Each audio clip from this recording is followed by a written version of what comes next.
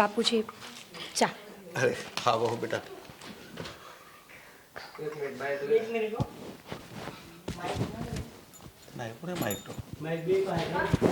પેલા હું ફ્રેમ ઉભી રહું, તમે સાગરની નોકરીની વાત કરશો પછી હું બેસીશ. મેં એક તો મેં મને તમે બે પણ મેં આપ્યું ને મીરા તને. તો મેં ક્યાં ના પાડી મારા પાસે નથી. તોય હું તો પણ તમે કાનમાં ભૂંગળી રાખો ને. તો પછી ચાલો રેડી અહીં તે રેકોર્ડિંગ બંધ કરી ચાલુ થઈ ગયું. કર્યું તો કેને તો હું ના ના ભાઈ ચાલુ છે ભાઈ.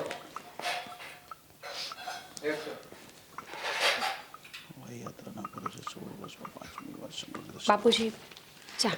અરે હા બહુ બેટા. અરે બેસો, મારે તમારું કામ જ છે.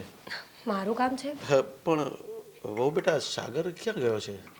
બાપુજી ઇન્ટરવ્યૂ આપવા માટે ગયા હતા, પણ ફોન આવ્યો કે નોકરી મળી નથી. નોકરી નથી મળી? હા, કહેતા હતા કે એમનાથી નીચી લાયકાતવાળા કોઈ વ્યક્તિને નોકરી મળી પણ સાગરને ન મળી. અરે બેટા હું શું કહું તમને, આ બધા કિસ્મતના ખેલ છે. એના નસીબમાં લખેલું હશે ને તો સારી નોકરી મળશે જ. અને મેં મારા મિત્રને પણ વાત કરી છે કે મારા સાગર માટે કોઈ નોકરી હોય તો જોજે. આ કેમ આપણી સાથે આવું થાય છે? હા, જ્યાં પણ નોકરી કરવા જાય છે ને જ્યાં પણ ઇન્ટરવ્યૂ આપવા જાય છે ને ત્યાં ના જ આવે છે. બાપુજી વાંક સાગરનો પણ તો છે ને. એમને નીચી નોકરી કરવી નથી, સારી પોઝિશન પર હોય એવી નોકરી જોઈએ છે, તો એના માટે મહેનત પણ તો એવી કરવી પડે ને. તમને પણ ખબર છે એમના સ્વભાવની, બધી જ વાતમાં ઉગ્ર થઈ જાય છે, કોઈનું કાંઈ સાંભળતા જ નથી.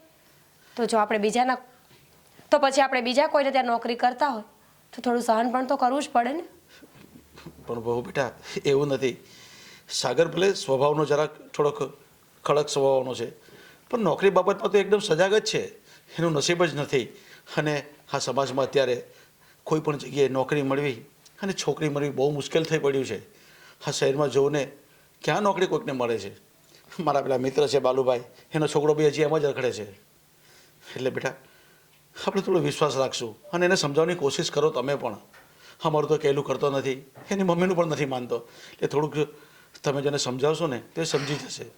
હું તો શું કરું બાપુજી, હું તો એમને સમજાવું જ છું, પણ એમનો સ્વભાવ કોઈ વાત સમજવા માટે રાજી નથી.